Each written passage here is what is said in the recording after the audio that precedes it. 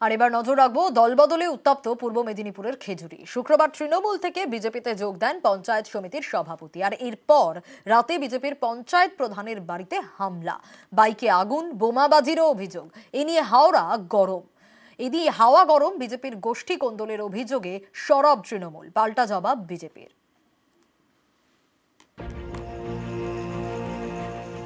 শুক্রবার গভীর রাত বিজেপির পঞ্চায়েত প্রধানের বাড়িতে হামলা, বাইকে আগুন, উঠেছে বোমাবাজিরও অভিযোগ। ভোটের বাজারে এভাবেই গরম পূর্ব মেদিনীপুরের খেজুরি। আমার সঙ্গে রাজনীতিগতভাবে লড়াই করতে না পেরে এটা করেছে। ইনারা কোনো দলেরই কার্যকর্তা নয়, ইনারা জঘন্য নরকের কীট, এরা গুন্ডা, এরা দুষ্কৃতী, এরা লুটেরা, এরা হারমাত বাহিনী, এরা কোনো দলের হতে পারে না। শুক্রবার রাতে বিজেপির পঞ্চায়েত প্রধানের বাড়িতে হামলা, আর সেদিন বিকেলেই খেজুরিতে দলবদল করেন খেজুরির 2 নম্বর পঞ্চায়েত সমিতির সভাপতি উদয় শঙ্কর মাইতি। তৃণমূল ছেড়ে তিনি বিজেপিতে যোগ দেন। বিকেলে দলবদল, আর রাতে বিজেপি নেতার বাড়িতে হামলা।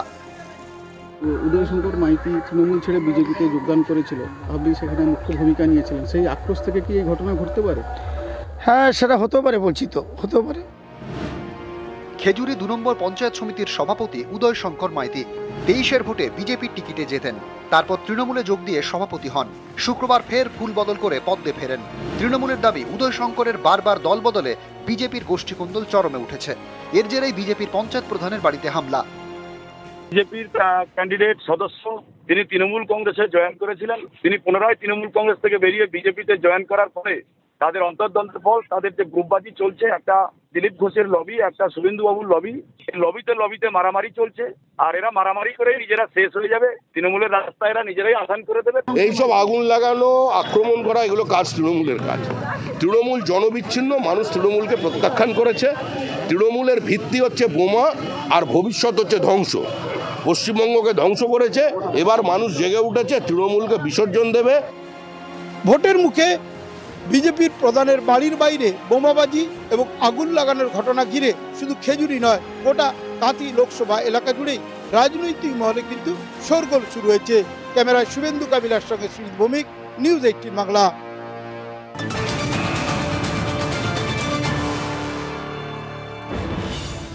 এর আগেও সন্দেশখালীর ভিডিও ভাইরাল হয়েছে, আবারও ভাইরাল আরো একটা ভিডিও, যেখানে বিজেপি নেতা গঙ্গাধর কয়াল সেই ভাইরাল ভিডিওতে বলছেন, যদিও এই ভিডিওর সত্যতা যাচাই করেনি নিউজ 18 বাংলা, সন্দেশখালীর প্রতিবাদী মহিলাদের মধ্যে নাকি 72 জনকে 2000 টাকা করে দেওয়া হয়েছে।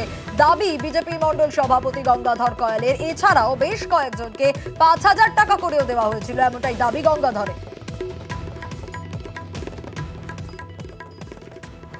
আর এই যারা প্রতিবাদ করেছিল, আন্দোলন করেছিল সেই সময়, তাদের মধ্যে কত মহিলা অলরেডি টাকা পেয়েছে, কিছু হলেও পেয়েছে? অলরেডি কত হবে সংখ্যা? 72 জনের মতো পেয়েছে। 72 জনের মতন পেয়েছে। একবার পেয়েছে না দুবার তিনবার? একবারই এসছে। আর এই 72 জনের আন্দোলনকারী মহিলাদের যে টাকা পয়সা দেওয়া হয়েছিল, অ্যামাউন্ট কি ছিল? 2000। লিকুইড ক্যাশ বললেছে শান্তনু, যেটা দেওয়া হয়েছে 5000। হ্যাঁ, 5000। খামে ও বলেনি যে খামের আমার কি আছে। না, খাবে না, ওর এমনি 5000 টাকা করে ও ওখানে মহিলাদের দিয়েছিল, লিকুইড দিয়েছিল। আমাকে ফটোটা ওটা হচ্ছে আপনার জেলিয়াখালী বেড মজুর 1-2 এতে ওদের ওইটা দিয়েছে। আপনার কিরকম একটা ফান্ড হলে চলতে পারবে মিনিমাম, মানে যত টাকা হবে কিরকম ফান্ড আপনার হাতে একটা থাকলে আপনি মোটামুটি চলতে পারবেন? 1 লাখ হলে চলা যাবে। আবির আমাদের প্রতিনিধি রয়েছেন আমাদের সঙ্গে, আরো জানবো আবিরের কাছ থেকেই। আবির, দেখো, শুধুমাত্র যে 2000 বা 5000 টাকার বিষয় নয়, একই সঙ্গে তিনি উল্লেখ করছেন সেটা হচ্ছে মোবাইল ফোন। এবং তুমি দেখলে যে প্রায় 44 জন নামের তালিকা তিনি বলছেন, এবং তাদের ফোন নাম্বার বলে দিচ্ছেন, তারা কোন পাড়ায় থাকেন, তারা কিভাবে আন্দোলন করছেন, তাদেরকে কিভাবে টাকা দেওয়া হচ্ছে এবং কিভাবে এই আন্দোলন করানোর জন্য অস্ত্র দেওয়া হবে, সেই সংক্রান্ত বার্তা তিনি বারবার ধরে তিনি এই ভিডিওতে তাকে দিতে শোনা গিয়েছে। অর্থাৎ এই 2000 এবং 5000 টাকা দিয়ে যে অভিযোগের কথা প্রথম ভিডিও প্রকাশ্যে আসার পর রাজ্যের শাসক দলের তরফ থেকে করা হচ্ছিল। এই দ্বিতীয় ভিডিও প্রকাশ হওয়ার পর ফের তারা এই বিষয় নিয়ে সরবতে শুরু করেছে এবং সেখানে তাদের বক্তব্য যে অর্থের বিনিময় দিয়ে এই নির্যাতনের অভিযোগ করিয়ে আন্দোলন করানো হয়েছে এবং এই গঙ্গাধর কয়ালের এই বক্তব্যকে ফের নতুন করে তারা হাতিয়ার করতে শুরু করেছে। একেবারে আবির সঙ্গে থাকো, কারণ শুধু টাকা নয়, আরো নানা তথ্য উঠে আসছে। মদের খরচের কথোপকথনও উঠে আসছে এই ভাইরাল ভিডিওতে, যেখানে ভোট অবধি মদের খরচের হিসেব দেওয়া হচ্ছে গঙ্গাধর কয়ালের তরফ থেকে। ভোট অবধি নাকি মদের খরচের হিসেব 2.5 লক্ষ, এমনটাই দাবি গঙ্গাধর কয়ালের। আপনাকে ভোট অবধি টোটাল মদের সাপ্লাই কিরকম লাগবে? মহিলাদের জন্য আলাদা করে বলুন, পুরুষদের জন্য আলাদা করে বলুন। 3টে অঞ্চলে প্রায় 50টা বুথ আছে। হ্যাঁ, এটা ধরুন 5,000 টাকা যদি ধরা হয় পার বুথ, পারবো। তার মানে আপনার হচ্ছে 50টা বুথ। 50টা 5 5 25 2.5 লাখ টাকা। মহিলাদের সংখ্যা কত থাকবে এই মদ খাওয়াতে? মহিলাদের সংখ্যা ধরুন প্রায় 30% মহিলা, 70% পুরুষ। তাহলে এখানে 5,000 টাকা মানে কম বলেছি আমি, ওটাই ঠিক আছে। ঠিক আছে, ওটাই করুক, অন্তত প্রথম লোকসভাটা যেতাও, তারপরে বিধানসভার ক্ষেত্রে আলাদা আলাদা একদম আপনারা রয়েছেন মানে তাহলে আমার একটু সুবিধা হয়ে যায়। আবির, ভোটের আগে মদের খরচ, মদের সাপ্লাইয়ের জন্য কিরকম লাগবে, পুরুষ মহিলা নির্বিশেষে কত কি খরচ, উত্তর দিচ্ছেন গঙ্গাধর কয়াল। শুধু উত্তর দিচ্ছেন না, এবং তিনি বলছেন যে পুরুষ এবং মহিলা উভয়দের জন্যই এটি প্রয়োজন। কতগুলি বুথে দিতে হবে, বুথ পিছু খরচের হিসাব, সেটাও গঙ্গাধর কয়ালকে বলতে শোনা গিয়েছে এই ভিডিওতে। এবং তার বক্তব্য অনুযায়ী ভিডিওর বিভিন্ন জায়গাতে যে আন্দোলন প্রক্রিয়াকে জারি রাখার জন্য, এগিয়ে নিয়ে যাওয়ার জন্য যারা করবেন তাদেরকে তো ব্যস্ত রাখতে হবে, তাদেরকে কিছু দিতে হবে। এবং সেই প্রসঙ্গের কথা উঠতে গিয়ে এই মদের প্রসঙ্গের কথা উঠে আসে এবং তারই উত্তর দিয়েছেন গঙ্গাধর কয়াল, যা এই ভিডিওতে বারবার ধরে শোনা যাচ্ছে। এবং অর্থের পরিমাণ প্রায় 2.5 লক্ষ টাকার কাছাকাছি, যা নির্বাচন পর্যন্তই বিভিন্ন বুথগুলোতে প্রয়োজন রয়েছে বলে তিনি উল্লেখ করেছেন। একেবারে আবির, সঙ্গে থাকো, কারণ এখানেই শেষ নয়। টাকা, মদ, এরপর আরো রয়েছে এই ভিডিওতে। এই ভিডিওতে ভোট করানোর জন্য অস্ত্রের দাবি করছেন গঙ্গাধর কয়াল। সন্দেশখালী এলাকার জন্য অস্ত্রের প্রয়োজন নেই, কিন্তু কোরাকাঠি, মণিপুর এইসব অঞ্চলে ভোট করাতে গেলে পিস্তল লাগবে, এমনটাই দাবি গঙ্গাধরের। কটা পিস্তল সেটাও বলছেন গঙ্গাধর এই ভিডিওতে। 50টি পিস্তল এবং 360 রাউন্ড গুলি দাবি গঙ্গাধর কয়ালের। এবার দাদা বলুন, আপনার আর্মস সাপোর্ট লাগবে মণিপুর আর কোরাকাটি। সন্দেশখালী আমার লাগছে না। এখানে কি ধরনের আর্মস লাগে? পিস্তল, বোম, মানে লাগে কি ধরনের? আপনি তো এরিয়ার, মানে কোন ধরনের জিনিসটা এখানে বেশি লাগে? পিস্তলই লাগবে বেশি। কটা পিস্তল লাগবে?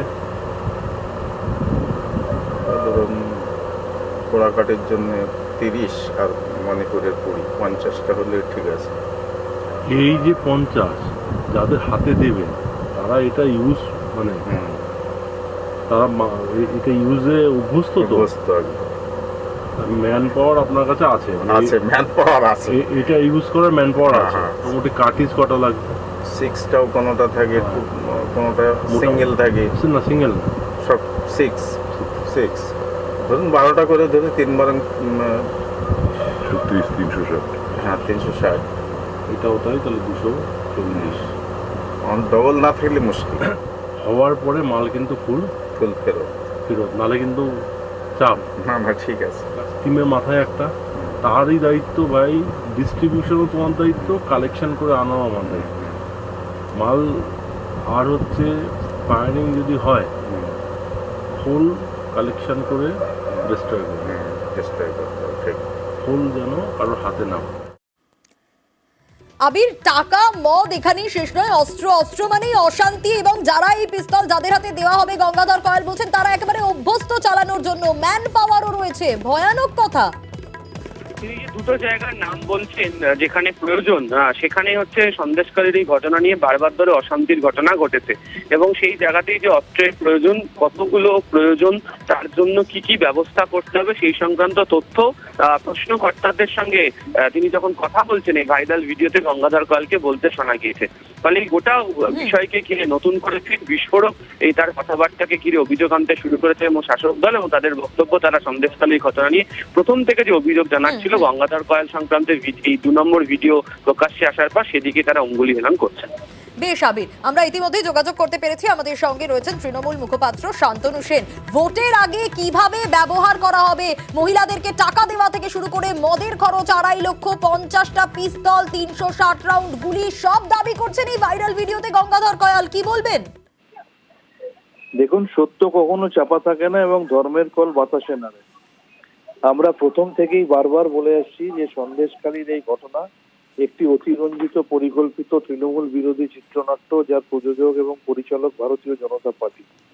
অগ্নিমিত্রা পালের সেই অডিও ক্লিপিং যেখানে তিনি বলছেন যে এই সন্দেশখালী ইস্যুকে নির্বাচন অবধি বাঁচিয়ে রাখতে হবে, স্বয়ং ভারতবর্ষের প্রধানমন্ত্রী সন্দেশখালীর মহিলার সাথে ফোনে কথাবার্তা, সেটাকে সোশ্যাল মিডিয়ায় ভাইরাল করা, সন্দেশখালীর মহিলাকে প্রার্থী করে রাজনৈতিক একটা চমক দেওয়ার চেষ্টা, তারপর গঙ্গাধর কয়ালের সেই প্রথম ভিডিও ভাইরাল হয় যেখানে বলতে শোনা যায় যে মহিলাদের জোর করে 2,000 টাকার বিনিময়ে ধর্ষণের অভিযোগ করতে বলা হয়েছে, যদিও ধর্ষণ হয়নি।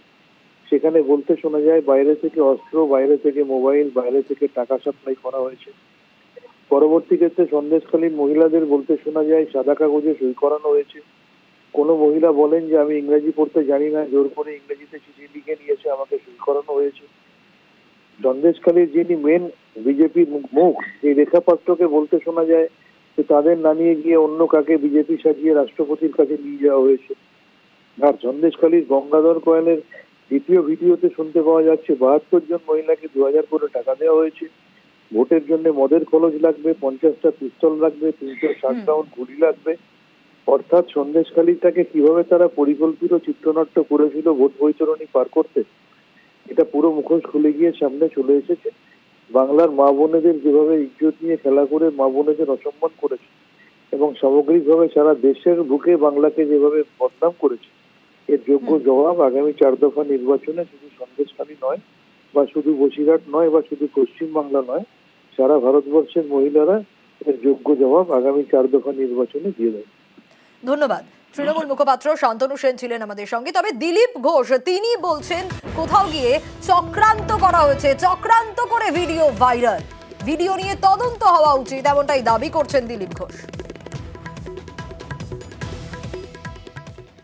এরকম ভিডিও নতুন কিছু না, অনেক ভিডিও আসবে যাবে, যেহেতু ওখানে তদন্ত চলছে কোর্টের নির্দেশে, এই সব কিছু তার তদন্তের মধ্যে আনা উচিত। যেই চক্রান্ত করুক, মানুষকে বিভ্রান্ত করুক, সেই আইনের উপরে নয়, তার ব্যবস্থা হওয়া উচিত। বিজেপির মুখ লোকানোর জায়গা নেই, দিলীপকে পাল্টা কটাক্ষ তৃণমূল নেতা জয়প্রকাশ মজুমদারের। কোনটার কথা বলেছেন চক্রান্ত দিলীপ বাবু আমি জানি না। ভিডিওতে যেটা দেখতে পাচ্ছি সেটা চক্রান্ত না, এই ভিডিওটা বাইরে আসাটা চক্রান্ত।